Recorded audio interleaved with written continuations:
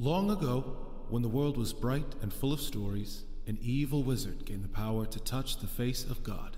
Narrativa, goddess of stories and weaver of our world, banished him to the void, but not before he stole a piece of her divine essence.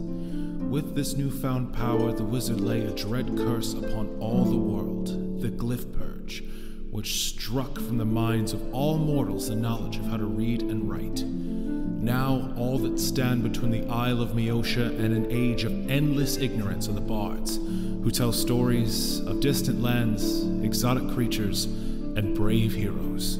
This is one such tale. Hello and welcome to another episode of maybe not the latest, but still the greatest Dungeons & Dragons podcast to hit the internet airwaves, Challenge Rating 0. I am Sam, the Dungeon Master, and I'm joined as always by my longtime friends and adventuring companions. Hi, I'm Brian. I play Hektor the Gatekeeper. Hey, I'm Beth. I play Rilla Longshadow.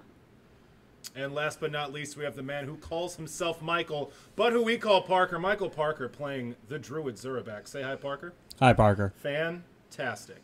When last we left our heroes, Hektor, Rilla, Zurabak, and their pets, Book, the dog, Rutherford, the familiar, and Snake, the animal companion. So many pets in this campaign. It's getting a little crazy with all your animals. How is it running getting around. crazy? We've had them since the beginning. Well, yeah, but in our last episode, if you'll remember, you had a crazy life or death struggle with a large, powerful, ancient green dragon who beat the shit out of Gator all over the cave that Gator calls home while you guys try to survive just running the fuck away from it. I became a king. Yes, Zurabak became the king of a small group of shocker lizards who might be dead by now. We don't know. That has not been confirmed. I was about to say, probably dead. Almost certainly dead. Almost certainly dead, but that's not what we're here to talk about today.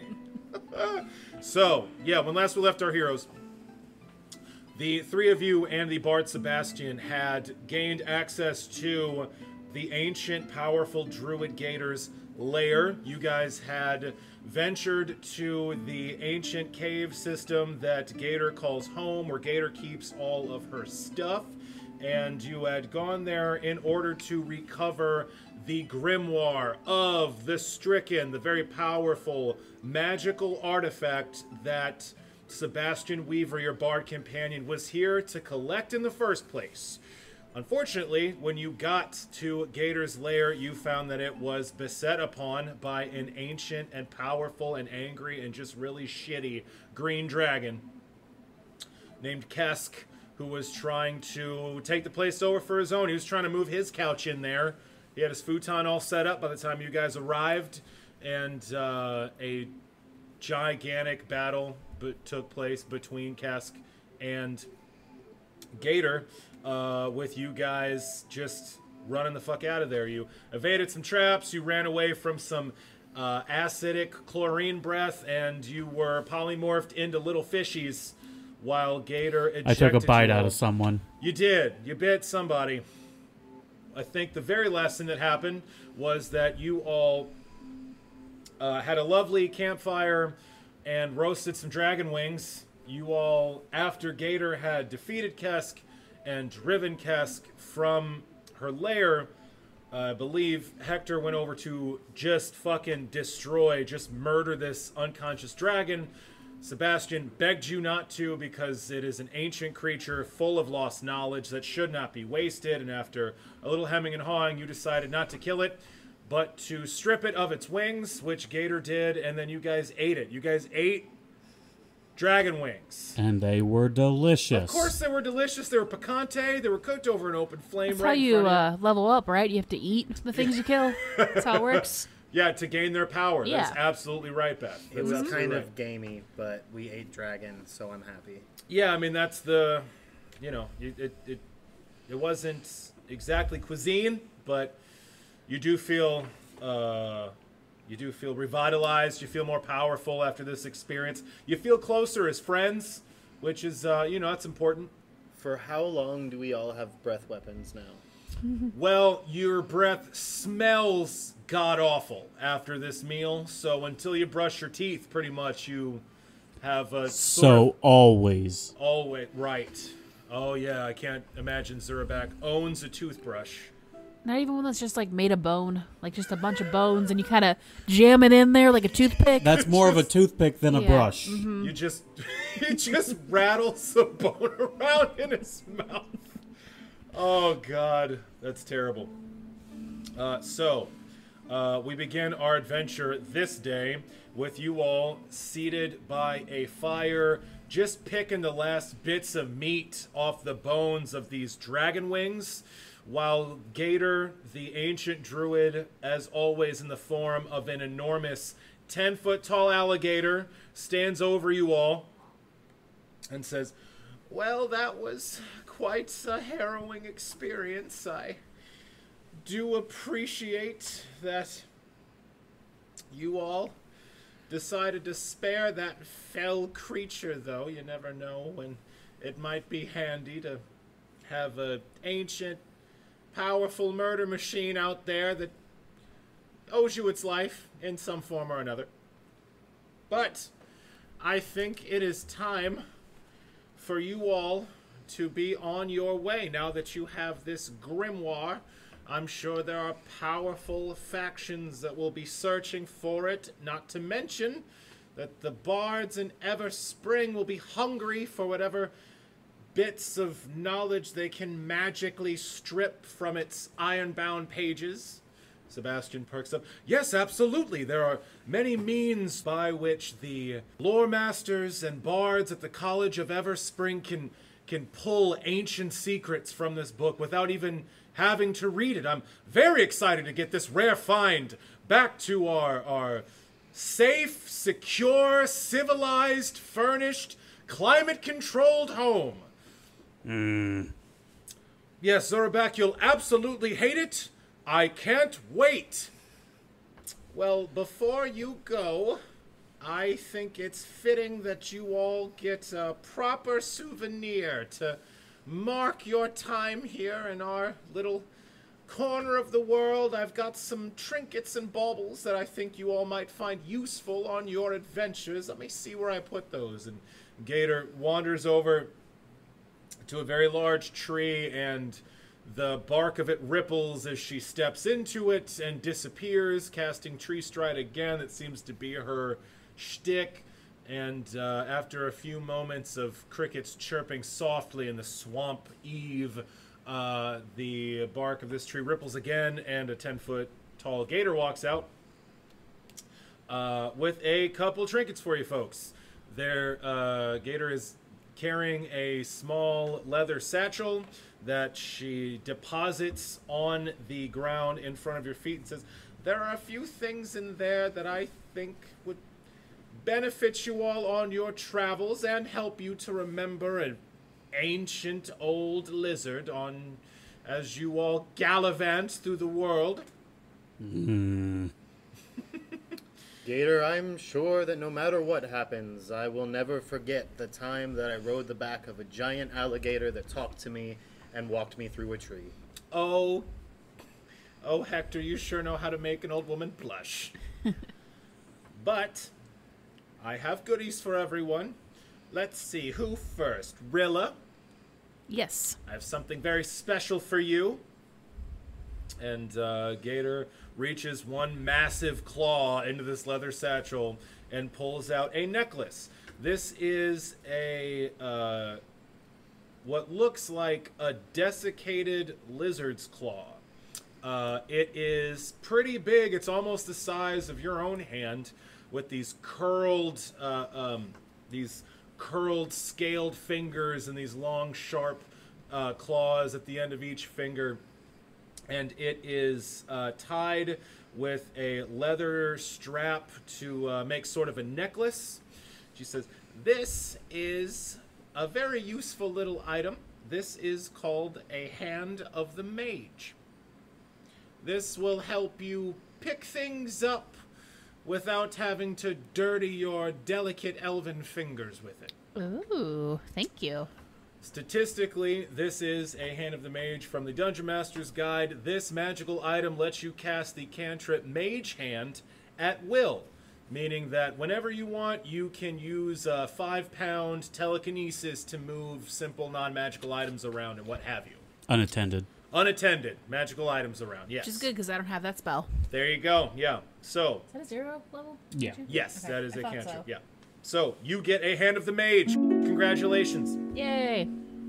I hope this will assist you on your future travels and quests. Now, hopefully, whenever you're in a environment that's as prickly as this one, you won't have to endanger your archery fingers. Thank you so much, Gator. I love it. I'm so glad to hear it, dearie. Now, let's move on. Who's next? Hektor. Oh, great gatekeeper. I have something for you as well. And she reaches a claw into this leather satchel and pulls out a pair of boots. These are made of what looks like alligator skin. They are scaled, but they're also fur-lined. It's this very weird combination of textures. There are these, like scaly, hardy-looking boots lined with fur on the top. They seem very well made and very, very warm. Before she tells me what they do, Hektor removes the boots he's wearing and throws them. Oh, well, that's very sweet of you. That's very kind. Well, let me tell you what these are. These are boots of the Winterlands. I think they are perfectly suited for your native environment. These boots will allow you to travel over ice and snow with absolutely no problem, leaving no trace, and they'll keep you warm on the coldest of winter nights. So, statistically, these are boots of the Winterlands. These basically, allow you to move through deep snow and over ice without slowing your movement speed at all. Without counting as difficult terrain, you leave no tracks in the snow. So on that Legolas shit, and you get Endure Elements whenever you wear these, so you never freeze to death. Gator, Yes, dearie? I will cherish these always. Oh, well, that's very sweet of you. I certainly hope so. I figured they were perfect for you. I noticed how much you love those boots of yours. That you just so unceremoniously chucked into the swamp. Yeah, I put on my new boots and I go over and I stomp my old boots into the ground. Oh, well, that's okay. Well, that's a little extra. It's a little much, but that's fine. Okay, it's good stuff. And finally, Surabak. Yes. All right. Well, I know that you and I haven't crossed paths too terribly often, even though you are a native to this lovely swamp of ours, but I figured you'd want something to remind you of home, especially since you'll be leaving for potentially quite a long time, far, far away from the familiar tangles of brambles, the buzzing of the mosquitoes. I have something just for you. And she reaches a claw into this burlap sack and she brings out an eyeball. It is obviously an eyeball of an alligator. I start to put it in my mouth. No, Zurabak. Now, Zurabak, you know better than that. Well, obviously you don't. Let me teach you better than that. This is not food, and it's certainly not an ordinary eyeball. This is a pearl of power. This will help you with your spell casting. It'll help you channel more of nature's magic and allow you to utilize the power of the wilds to the fullest, no matter where you are in the world. Statistically, this is a pearl of power, level 1. This lets you, once a day, regain a used spell slot, basically. If you cast a spell, you use this and you get that spell back once a day. Only for first level spells. Do you have anything to say to Gator? No. Well, Zurabak, I would have tried to eat it too. Well, I hope that you enjoy these little trinkets, something to remember your old friend Gator by. I know you'll be traveling on soon to the farthest corners of this grand isle of ours. I envy you in a way. I'm too old for all that travel, but I think you'll all do just fine. And Sebastian says, yes, well, now that you mention it, I am rather eager to get back on the road, back out there in the world, and away from all of this horrid, spiked, blood-sucking swampland. So, if you're all ready, I suppose it's time to move on. Actually, I have a present for you as well, Gator. Oh, that's so sweet, dearie. What could you possibly have for me? So in my backpack, I have a compartment that is filled with dirt and rocks from home. So I can take home with me everywhere. So I reach in there and I pick out one of the better sized ones, rocks, because Gator's really big. And it's I pull it out and here you are. It's a rock. It does nothing, but hopefully you'll see it and it will remind you of us. It's from my home. Oh, sweetheart, that is the most precious thing I've ever seen. A rock all the way from the gates themselves? This is a lovely gift. Thank you so much. And believe you me, I'll not be forgetting the three of you or your adorable little animals. Ever, probably. I mean, you are the only people to see the inside of my home, and certainly the only ones I told about the grimoire. So don't worry, you'll be in my thoughts. I'm sure we'll cross paths again someday in the future. Well, the island's only so big. Yes, only so big. And we'll need to get to the other side of it sooner rather than later. So if we could all head on out, I think it's time for us to hit the road, Sebastian says. And then he looks up and realizes that it's like nighttime, that you all just got done eating. Maybe tomorrow. Maybe Let's make camp. Yes, let's make camp. Hektor, can I borrow your net again? I don't want to lose any more blood. Yeah, of course.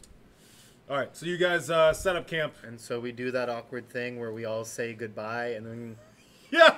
just kind of hang out. Like, okay, actually, we're not leaving. Oh yeah, that yet. lovely Midwestern thing where you say goodbye for 5 hours. Okay, bye. Hey, did you talk to Karen about that thing? Yeah, man, she's fucking up. Okay, bye. Coat half on. Yeah. Just standing in the doorway for 3 days because no one will let you leave. Cool. So yeah, you guys make camp. You enjoy each other's company. You set the watch rotation. Nothing bothers you this close to Gator's lair. You are making a lovely, dry, secure camp by the lake that hides the entrance to Gator's lair. And yeah, nothing fucks with you guys. You see a couple pretty large animals sniff around during the night, but they all immediately turn tail and wander back into the wilds as soon as Gator twitches a tail, and you guys get a very good night's sleep, except Rilla, who gets 8 hours of meditation. 4 hours of meditation. Well, I mean, what do you do with the other 4 hours? I mean, I'm conscious. I don't know what Rilla does. I'm assuming maybe she just throws a bunch of rocks into the swamp. I don't know.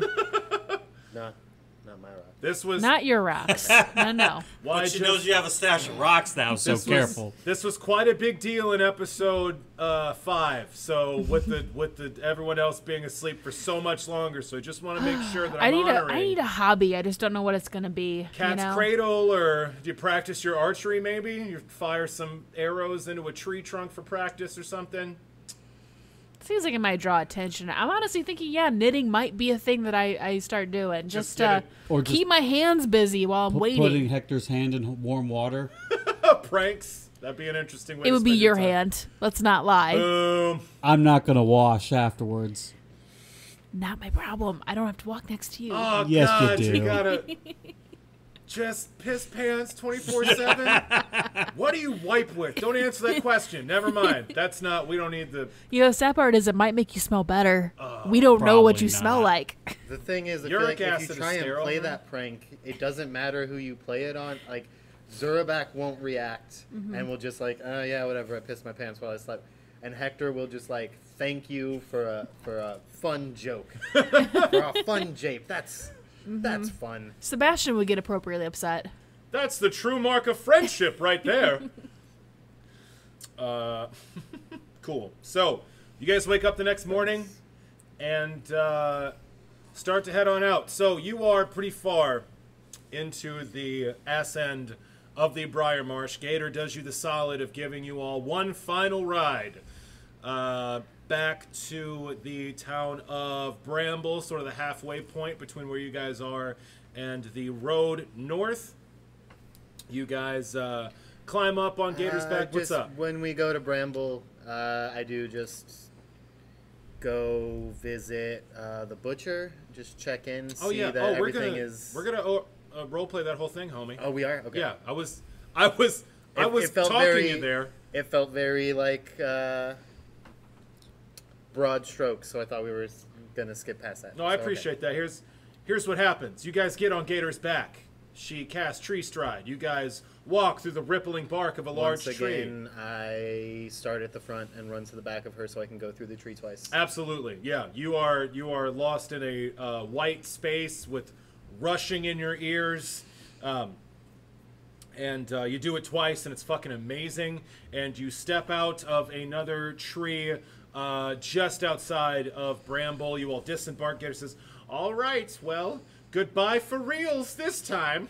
I hope you all have a safe journey, and if we ever cross paths again, I hope there's no dragons involved, because that was unpleasant. I did not have a good time with the dragon. Goodbye." And she turns her massive body, swinging her gigantic tail over your guys' heads, almost knocking you all over, and walks back into the tree. I walk up to the tree and put my hand on it. I'm gonna miss that tree thing. That was really fun. Oh, don't worry, Don't see Hektor. that. I'm sure we'll find other incredible nature magics on our path. Our quest will be fraught with all sorts of different creatures and spellcasters. Who knows, one day even Zurabak here might gain the opportunity to walk through trees. Nope. Okay, never mind. Let's go on to Bramble. What animal are you going to be? One day. Do you know?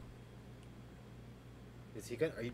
I mean, if Gator can do it, Yeah, and you that guys whole are part there of the was same... All the animal people. Yeah. Can That you is do a that? very Can you good do that question. now? Yeah. Tastes delicious. And then I walk away. Does he want us to he- cook him?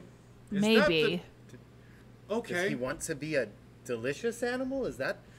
I think that's what he means. Yeah, yeah. He'll have to be careful. If he turns into a pig, someone might actually cook him. I wonder if he'll revert back upon death. That'd be quite a surprise, I have to say. Well, anyway, onward to Bramble. So you guys make your way to the city of Bramble, which again, because it's been a while, sits on sagging wooden pylons over the brackish black waters of the swamp below. It is made up of bone-white planks of wood, much of which have crumbled in the many, many years since the Glyph Purge and the near collapse of all of the northern trade. Huge chunks of white wood stick out like gravestones from the black water that croaches, or that the town sits over. And yeah, you guys make your way in. The town guards give you a hearty wave, and you notice that there's like a few more folks staffing the gates. It seems like you recognize one or two of the hunters that were laid up in the sick house are back on their feet, and they are armed and armored, and they are watching for hillbillies at the town gate. They wave heartily to you. Oh, it's those adventurers that came through town. Well, hey y'all, how's it going? I certainly let me tell y'all something. I certainly appreciate y'all bring those antitoxins back and getting us all back up on our feet. It feels great. We only one of us had to lose only part of a leg, so it's a real godsend. I appreciate that, y'all. Which And one? Continue walking. Oh, now poor Terry. It's fine. He didn't like that leg anyway. It wasn't his favorite. So, and it was only part of it. So, got a little peg on there. Well, at least it wasn't his favorite. Right. I mean, if you're gonna lose one, it should be your least favorite. That's my thing. But anyway, y'all go on ahead inside. I'm sure the mayor would be happy to see you. Hell, I'm sure everyone would be happy to see you. And as you guys wander in, the first thing that Sebastian does is run directly to the main courtyard outside of the Broken Snare, the only tavern in town, and goes up to his wagon, and he just hugs his wagon for like 5 full minutes. He just presses his small gnome face against the side of his large, colorful bard's wagon and just, safe, home base. But as you guys wander in, you are assailed by a small army of children that runs around, jumping at your feet and giggling and laughing as you guys make your way through town. And a bunch of the villagers seem incredibly excited to see you folks. As you guys get to the courtyard and to Sebastian's wagon, Mayor Pike shows up with his grizzled old self staring at you guys with one eye and says, "Oh, it's good to see you all again.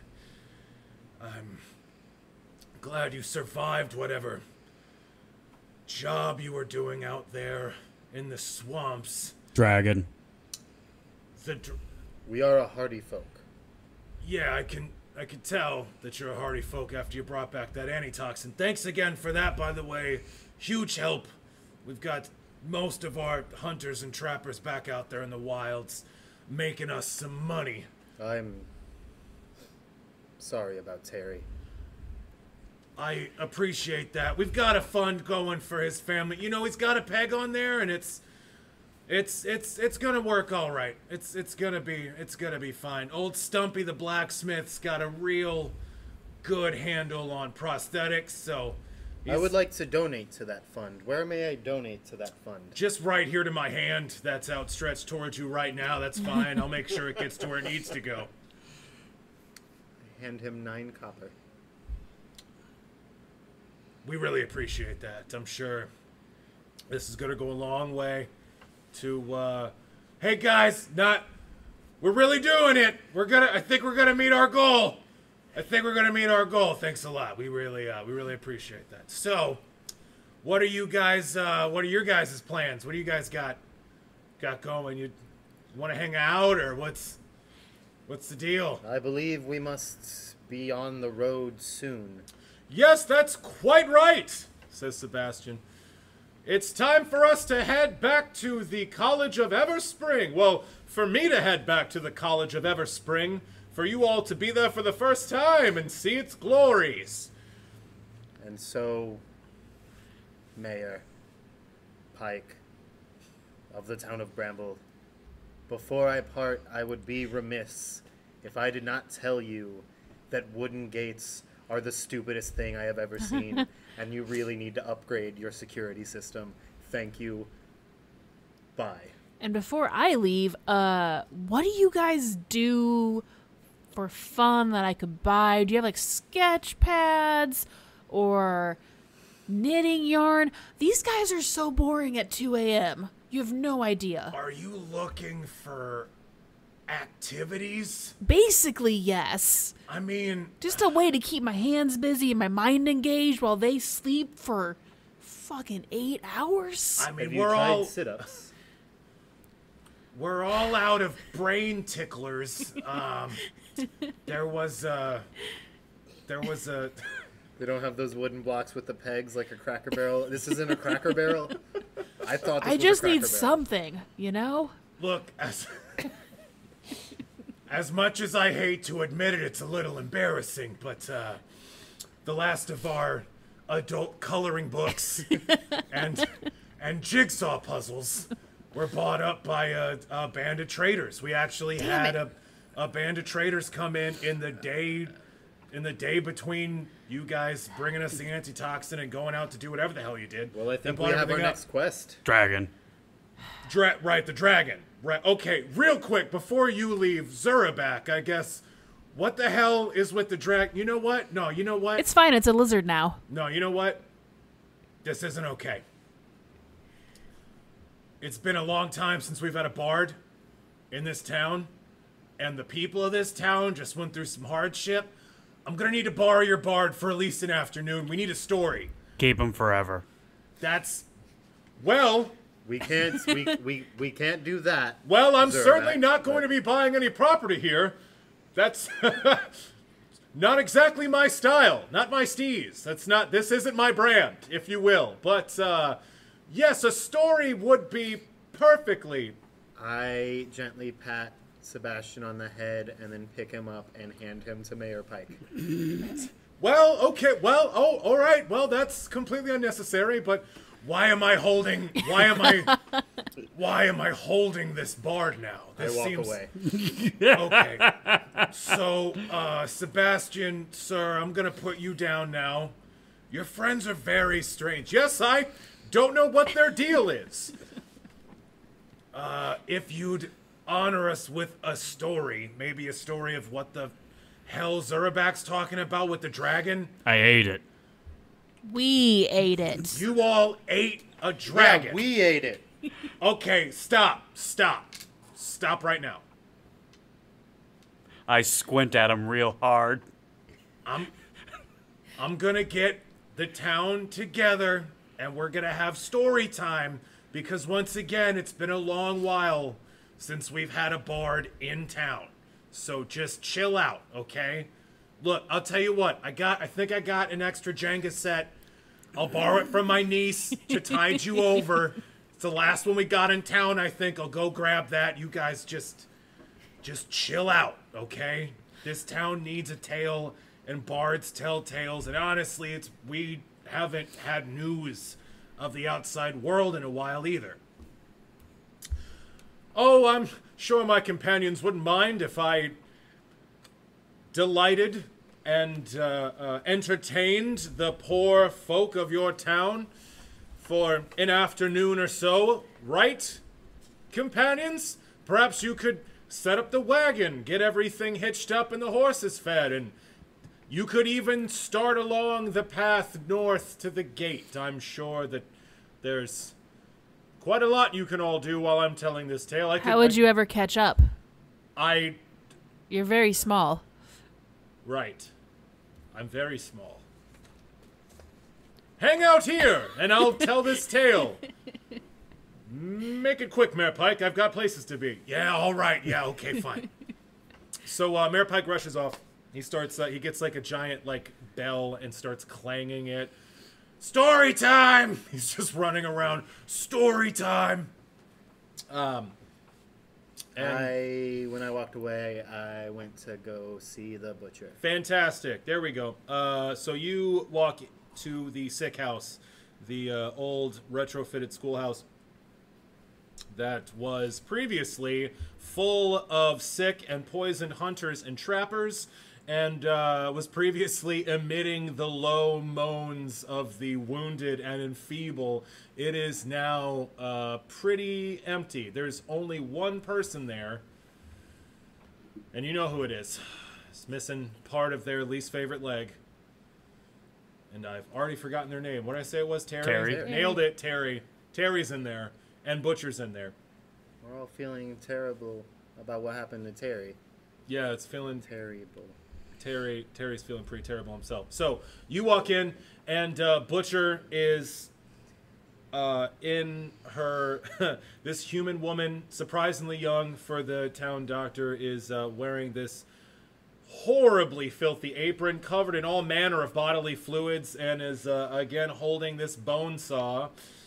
She is gesticulating wildly with it directly in Terry's face as Terry's leg is up on a pillow with his foot missing. Look, I told you gotta clean the wound or I'm just gonna have to keep taking more pieces off you, and I don't like this stuff, okay? Oh, hey, sorry. Hektor, right? Hektor? That is correct. Hey, what's going the hero of the hour? Well, one of them. That's hey, can you do me a favor? Keep your dog away from the wound. That's not very sanitary. Is that can you just sniffing around? It's not good. Yeah, book book back down a little bit. So what can I do for you? Just wanted to check in and make sure. Looks like everything went well with the antitoxin. Oh yeah, we got that stuff administered. We got it evenly spread out. There was actually more than we needed, which was great. But yeah, almost everyone was totally fine except for old Terry here. But he'll be up and walking again in short order. He's gonna be fine. He'll have a slight limp, but I do good work. So it's a clean amputation and peg leg now. Yeah, he's gonna be pegging it, but I don't know if you've noticed, it's kind of a dangerous locale. I mean, between Mayor Pike, Stumpy the blacksmith, there's a lot of folks around here missing a piece or two. It's a pretty treacherous place to live, but yeah, he's gonna be fine, right, Terry? Yeah, I guess I'll be all right. Shut up, Terry. You're gonna be fine. So yeah, we're good, and thanks a lot. You know, we don't get many heroes around here. You know, kind of rough and tumble, outlier territory. We certainly don't get that many gatekeepers coming down here from the mountains and helping us with our problems. So, well, we gatekeepers don't typically come down from the mountains. I guess that's true. Why are you down from the mountains, if you don't mind me asking? It's something I needed to do. Needed to see the world for myself and not just hear about it in story. Well, that's darn near poetic. Look at you. Big muscles and a heart of a poet. That's lovely. Well, yeah, I mean, that makes a lot of sense. That's why I, started healing everyone. I figured somebody needed to actually practice medicine in a town this deadly. So, yeah, that seems like a smart decision, and it seems that the right person stepped up to the job. Well, now you're just trying to flatter me, and it's working. I certainly appreciate that. All I hear is the screams of the people whose, wounds I have to sew up or pieces I have to take off. Terry, I don't want to hear it. Terry, don't start. Terry, I donated to the fund. Oh, thanks, man. I really appreciate that. It's gonna help get me one of them fancy pegs. Everything's looking up for old Terry. I just imagine the non-fancy ones are just a stick jammed into the wound. Literally a stick. It's not even wide enough to bear his weight. Just a fallen tree branch. Oh God. Like Titus Andronicus style. Oh God. Ugh. Well, Anyway, I guess the mayor is gathering the town for a storytelling from our bard companion. Oh, is that Bard, that little guy's actually gonna do his thing, huh? Yeah. Oh man, it's been almost it's been almost a year since we've had a Bard in here. Last time I heard a bard tell a story, he was telling a story to a dragon, and then we almost died. And that was 2 days ago. What the One day hell ago? are you talking about? Nothing. There you go. Not really two. I don't... What dragon? Wait, what dragon? It's fine, he doesn't have wings anymore. Okay, so great. Neat. Okay, well, You want to go to the story time? yeah, I guess go to now story I time. guess now I have to go to the story time. Will you help me carry Terry? I throw Terry over my shoulder. Okay, all right. Well, I guess this is how we're going. Yes, so, indeed it is, Terry. Let's go you're awful strong, mister. to story time. Okay. Rilla, are you playing Jenga? Like, what are you... It's such a loud game. I don't think it'll work well at 2 a.m., but, I feel like I have to because he brought it. So, yeah. Well, no, this is... Jenga's one of the best solo games to Oh, play. it's so good. Yeah, right now you guys are in Bramble. It's like getting to be about noon, and Sebastian's getting ready to start telling a story. He has started converting his wagon into showman mode, which is something you guys haven't actually seen before. His wagon is actually like a weird convertible. He walks up to it as the town starts collecting in this courtyard outside of the broken snare. And Mayor Pike brings Rilla a Jenga game and teaches Rilla how to play Jenga. Fantasy Jenga. It's made out of bones. It's fine. I'm writing it down. Yeah, You're just gonna steal that child's toy? yeah, you have a Jenga Yeah. game. It's a present. It's jumbling towers. Speaking of presents, is does the bar It's a serve food? copyrighted name. It's The not- bar does serve a smattering of food, Okay. yes. I assume the person who cooks that's now trying to get ready for the story. Yes, that would be... I go in the bar and I start helping myself. Yeah, that's fine. That's... To most of their food, just eating. Yeah, the the bartender comes out and is starting to like set up all the tables and chairs to let everyone grab a seat for the story. And yeah, you pop back behind the bar and just start fixing yourself up the food. No one gives you a second glance. You are totally cool.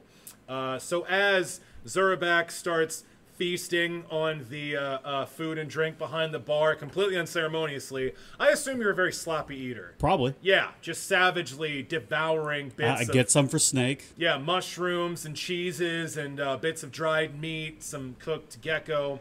I'm seeing a lot of like dippables in my mind, like smearing meat into sauces and just kind of Yeah, that sounds about right. Yeah. Bar foods. Yeah. So as you guys start doing this, Sebastian goes up to his wagon and he taps it on the side twice. And the entire side of this wagon falls over and turns into a small stage. It unfolds and lays level and turns into a small stage. There's a couple curtains rigged up behind it, and he snaps his fingers, and a couple of these blue lanterns light up all along the edge of it. And he throws himself up on this stage, and the town starts to coalesce. There's about 50 or 60 people forming a small crowd, a semicircle around this stage. And as they start taking their seats, clearing their throats, passing out bits of candy and food and, pints and flasks of various alcoholic beverages, Hektor, you arrive with Terry and Butcher in tow, one of them literally over your shoulder, and you set Terry down, I assume, in one of the seats in the front row. Yes. Fantastic. I just like to think you just keep them on your shoulder. You just turn them around the entire time. No, I put Terry in a seat, and then I go and stand off to the side. Is how I watch. Is off to the side, Cool. standing. Zurabak, I assume you just spend this entire time eating. I by have the no bar. interest. No interest whatsoever. Rilla, in the audience, out fucking around? yeah, probably to the side is Cool. where I am, like watching, but I'm not part of the main crowd. Absolutely. You watching with me? Sure. So as Hektor and Rilla stand off to the side with their arms crossed like a couple of hipsters at a show, and... Nope. Okay, forgive me. Probably Rilla. Definitely Rilla. Yeah. Definitely I Rilla. am like kind of bouncing up and down, Excited on for my story heels time. and acting out the parts as he tells them. So, yeah, as the crowd comes together and everyone takes their seats, Hektor and Rilla stand off to the side, one excited, one a bit more jaded, and Zurabak is completely disinterested, gorging himself on free food he's stealing from the bar. Sebastian begins his tale. Once upon a time, a barbarian, a sorcerer, and a druid of great courage and great power descended into a treacherous lair. This lair was the home of a great and powerful green dragon, Kesk the Ancient. There's a gasp and a shudder amongst all the crowd as Sebastian starts telling the tale of the adventure you just went on. There are hoots and hollers at the at the climax, at the bits of action as you guys hurl yourself off of a chasm 5 miles deep, and Rilla casts Featherfall to keep you all alive as you all face down an army of 20,000 shocker lizards that Zurabak pacifies, and as you I'm all... their king now. Yeah, becomes the king, and as you face a boulder the size of 3 moons that Hektor lifts over his head effortlessly and throws to the side like a ball of paper. The crowd applauds, cheers, they go crazy, and by the end of the story, everyone is up on their feet, applauding and rushing over to you folks like the celebrities you are, clamoring at you, trying to shake your hands and get close to you and ask you all kinds of questions. Did you really fall from a 1,000 feet in the air and save your companions with magic? Do you have Probably. magic? So, yes, not me, no. Did you really pick up a boulder the size of 3 moons? I wasn't really paying attention to the size when it happened. I answer every question. And so Even the ones directed at Rilla, I assume. Yes. Yeah, apparently, yeah. I just throw out some prestidigitation, and I show off the dragon tooth, Awesome. and then I leave. So you throw out some light magic tricks. Everyone goes, ooh, ah. One person goes, oh my god, magic, and like runs off. And I like that one. I want to go find him. Victim 1. As you guys mingle with the folks of Bramble, that's where we'll bring our story to an end. You guys have a lovely afternoon mixing and mingling with the folks of Bramble. You attend your crowd of fans and live in the glory of the story just told about your exploits. And towards the end of the day, Sebastian packs up his stage, folds up the wagon into travel mode, loads up all of his gear and all of you, and you all set out after a few goodbyes on the road north out of Bramble and towards the towering mountain range known as the Gate. Before we go, I tell the mayor not to touch my shack. Zurabak, there is nothing I want to touch less than your shack. Believe you me, none will go anywhere near it. Good. I flip the mayor a gold piece for Terry and the Jenga set as we leave. Well, shucks, that's very generous. I tell you what, if you guys ever need a place to stay, if you guys ever need a place to lay low, if you ever need, I don't know, some bone white wood or a bunch of thorns, you hit up Mayor Pike of the town of Bramble. You got friends in this town for the rest of your days. Thank you.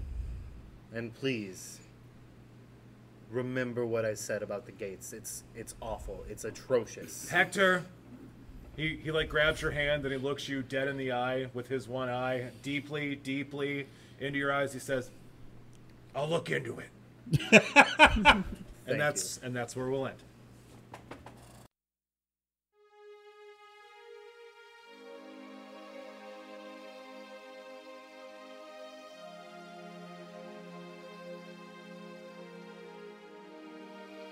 Ladies and gentlemen, welcome once again to As the Dice Turns, the podcast after the podcast, where we get to take a deep dive into our player character psychology, their desires, their fears, and their psyches. In this segment, we like to ask each of our main characters a question and hope that the answer we get reveals some unturned stone in their mind. This is a chance for us to get to know the protagonists of our tale and see if we can't get some dirt on them. The question for today is, what is your most prized possession? Be it a souvenir from an adventure, be it a cherished heirloom, keepsake that you randomly found by the side of the road. What is your most prized possession? This time we're going to start with Rilla Longshadow. Rilla, thank you for coming to the studio. Once again, we always appreciate you stopping by. I know you're very, very busy. Is it just me, or does it feel kind of damp in here? I brought more swamp water. Yeah, Zerback's really like terraforming. muggy. It's bad. It's very bad. We got fans going and a dehumidifier, but Zerback just keeps bringing the swamp with him. And I'm trying to build a terrarium around him, but he keeps knocking it down. So there's really no way to contain the damp. Swamps are meant to be free. Sure, they're meant to be free in my studio with all of my expensive equipment. That's fine. It's fine. Yep. Yeah, I mean, Sharon loves the frogs. Don't you, Sharon? She loves the little froggies that are all over my mixing board. I'm sorry. Rilla, thank you for stopping by, and I appreciate you tolerating these conditions that we find ourselves in. In any case, the question today is, what is your most prized possession?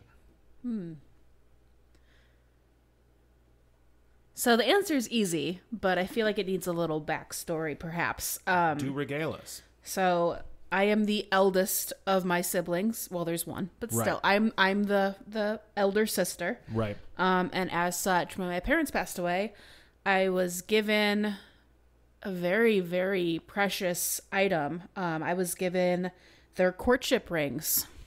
Interesting. Courtship rings. Can you explain to our listeners what those are? So, as I'm sure you know, elves live a very, very long time. As you're very fond of reminding us all, yes. It's strange that the rest of you don't, but We get by. But because of that, courtships can last 30, 40, 50 years. Elves are very careful when it comes to marriage because our lives are so long that you really want to make sure you have the right person. Because even if you take that much time, you still have hundreds of years together. That makes sense. So when my parents were courting, they were given these rings that chained them together. Interesting. So that they could practice living with one another. Sometimes it goes very bad. And that's kind of for the best. Before their commitment is made, you learn if you can actually live with another person for a long time. Absolutely. That makes a lot of sense. So these are two rings that are literally connected by a chain? Correct. Yes. Fascinating. Yes. And so your parents wore these during their courtship before they were wed, literally walking side by side, chained together hand to hand. Correct. Well, that is incredibly romantic. Mm-hmm. And so when they unfortunately passed, these were given to you to hold on to? Yes. Well, I mean, Dara would have been a baby, Sure. essentially. And even now, I don't truly trust her with them. I let her see them sometimes, but she has less connection to my parents anyway. She doesn't really remember them. And I don't know that she would be responsible enough to take them too often. So even here on the road, I carry them with me. They are my most prized possession. They are one of the few things I have left that is my parents. A way to remember them. Well, that is tragic and beautiful. Quite a powerful reminder of the love your parents had for each other and the love I'm sure they had for you and your sister. It sounds like you've really cherished these rings. And Would you like to see them? I would, absolutely, if you'd be so kind. Sure. I trust you won't drop them in the swamp. Oh, take a look. Well, now the pressure's on. Oh my! Oh, they're beautiful. Is that? Oh my God! They're chained together.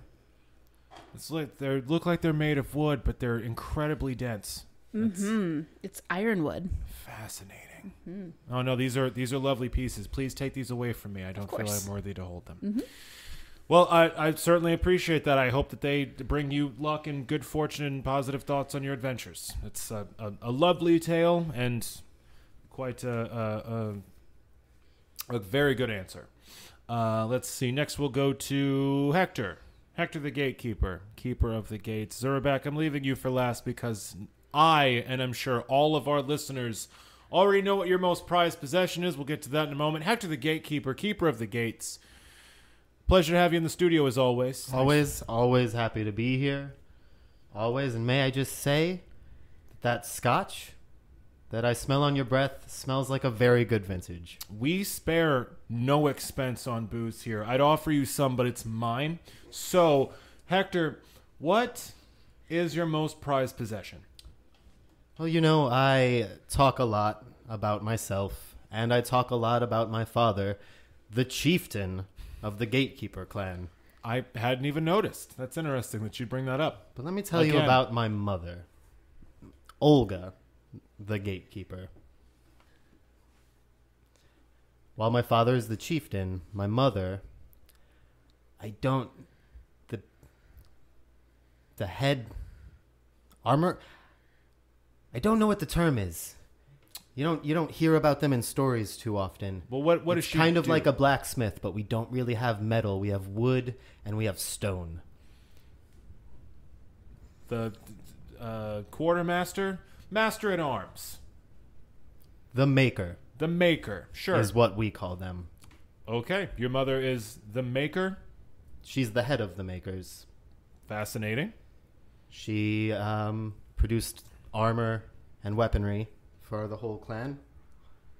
Produced? because- Is she retired or is she still out there making arms and armor? I mean, she's the wife of the chieftain now. She doesn't really have to like make a living in the That's- village anymore. That's a very interesting point. Yes, I suppose if I was She married... she retired from the official position before I was born. Ah, gotcha. But of course, she used her skills with her family. She's made my armor, my studded leather armor. Interesting. And she also, we together made this, my maul. That massive hammer that you use to splatter anything that happens to get on your bad side, your mother made that? Well, we made it together. Oh, right. I helped pick out the stone and the branch, and then she tied the stone to the branch. And, yeah, it's something my mother helped me make. And one day I misunderstood a sexual joke from my uncle, and so I named my hammer Gate Smasher. Well, that is... I don't get it. That's I don't still think I don't, understand. but I've Right. been told. Absolutely. So your prized possession is your maul, your gigantic two-handed hammer, which is crafted of stone and wood, that is And named rope. The rope's actually the very important and part. rope, of course, to bind it all together. Handcrafted by your very own mother and named Gate Smasher. Yes. And do you find it to be antithetical to your entire tribe's purpose to name your weapon the thing that you would work hardest to avoid? You mean that my weapon at my own hand is the only thing that could destroy myself and my clan? Are you foreshadowing the end of this adventure? Don't answer that. Zurabak, thank you for coming to the studio. We certainly appreciate your time and all of the mud that you've brought with you into my studio. I appreciate it. There's some eels in there too. Sharon, don't touch it. There's eels. Sharon, don't. Sharon almost touched the eels. Sharon, get out of here. They're very playful. If by playful you mean bitey, yes, I can see that. Sharon, I said, what did I say? She loves animals. So thanks for the mud, I guess. You're welcome. Yeah, okay. what's your most prized possession, Zurabak?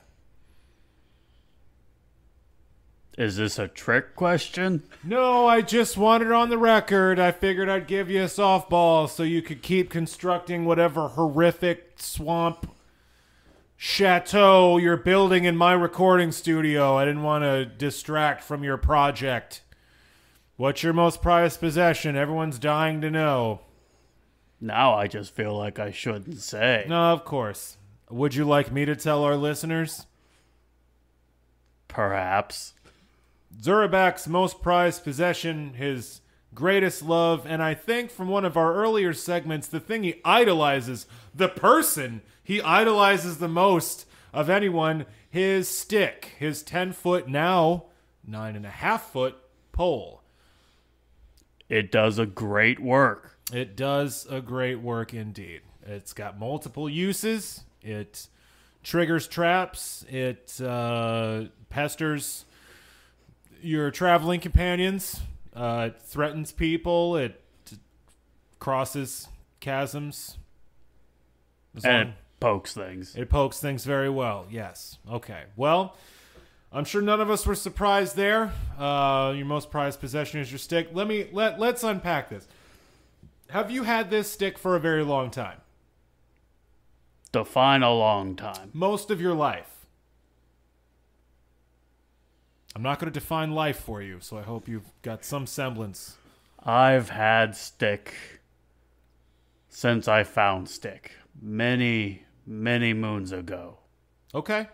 That's a start. So you found it. It wasn't purchased or crafted. You literally just pulled it out of the swamp.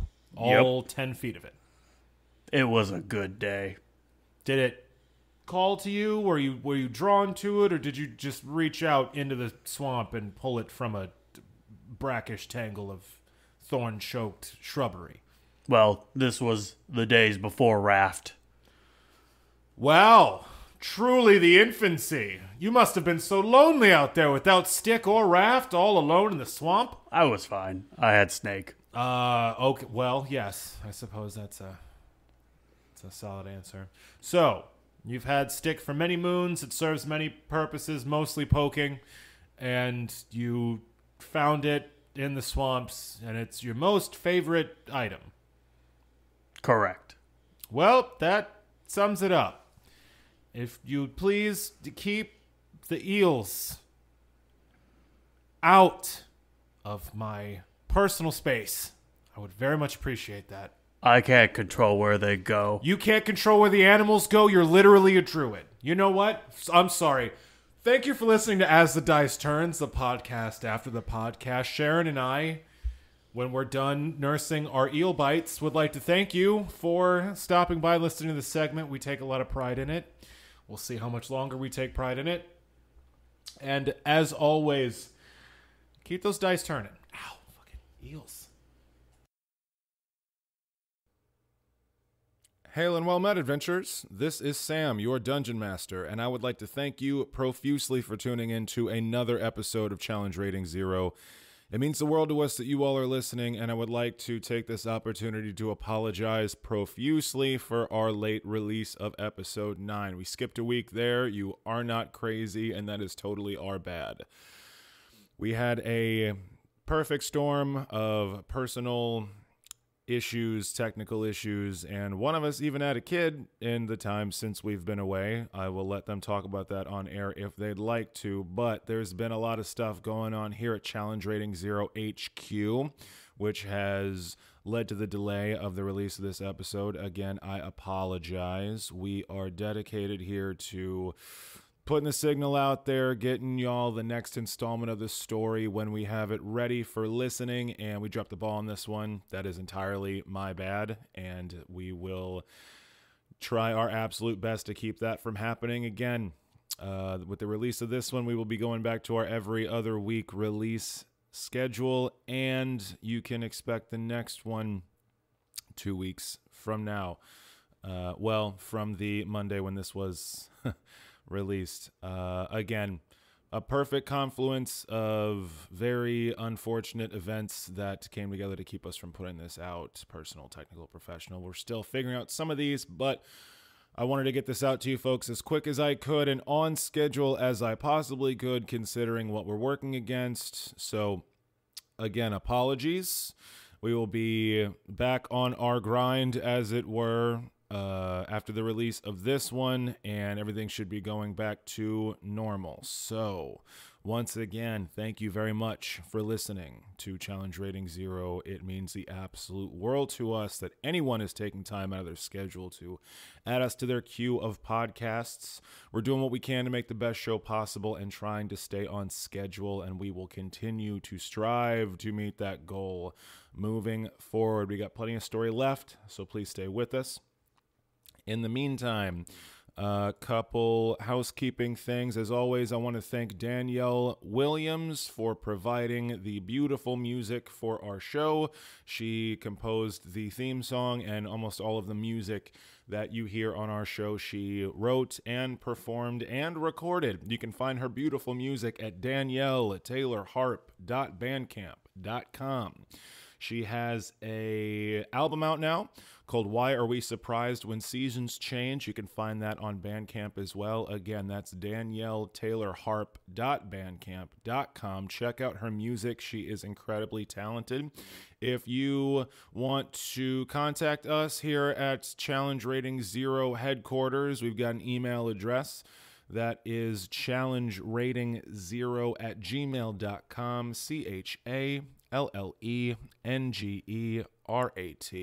challengeratings0@gmail.com. We still need some As the Dice Turns questions, so if any of our beautiful, amazing adventurers out there have any questions for our player characters, Rilla, Zurabak, Hektor, heck, even the Dungeon Master, feel free to send in some emails with the subject As the Dice Turns so that we can put your question on the show, answer it on air, and incorporate you into our meta-contextual narrative. If you would like to follow us on Twitter, that is at challenge_ZER. If you'd like to follow Beth, that's Dragon N Distress, Dragon the letter N Distress on Twitter. Brian is Dalabrack on Twitter, DALABRACK. I myself, your beloved Dungeon Master, I am Horace Kemp 3. That's HORUSKEMP, the number 3. Yeah, that should be. Oh, Brian and I are working another Drinks and Dragons event on, let's see, that's the Wednesday before Thanksgiving. So let me open my calendar here like a professional would. And that is going to be, let's see, Wednesday the 27th. If you are in the St. Louis area and you would like to come and see Brian and myself, we will be running games paired with a local beer at Apotheosis Comics in lovely St. Louis, Missouri on November 27th. So come say hi, roll some dice, meet some new friends, have a couple drinks. It's a great, great event. You can find that and all of our live events on our Facebook page, Challenge Rating 0. So yeah, I think that's about it. Again, thank you all so much for listening. It's honestly an absolute delight that we keep looking at the numbers and people keep listening to the show. It means everything to us that this is worth your time, and we will do everything in our power to keep these releases regular. Do not worry about that. I doubt the particular set of circumstances that took place a couple weeks ago will take place again. So again, to summarize, thank you very much, and we'll see you next time.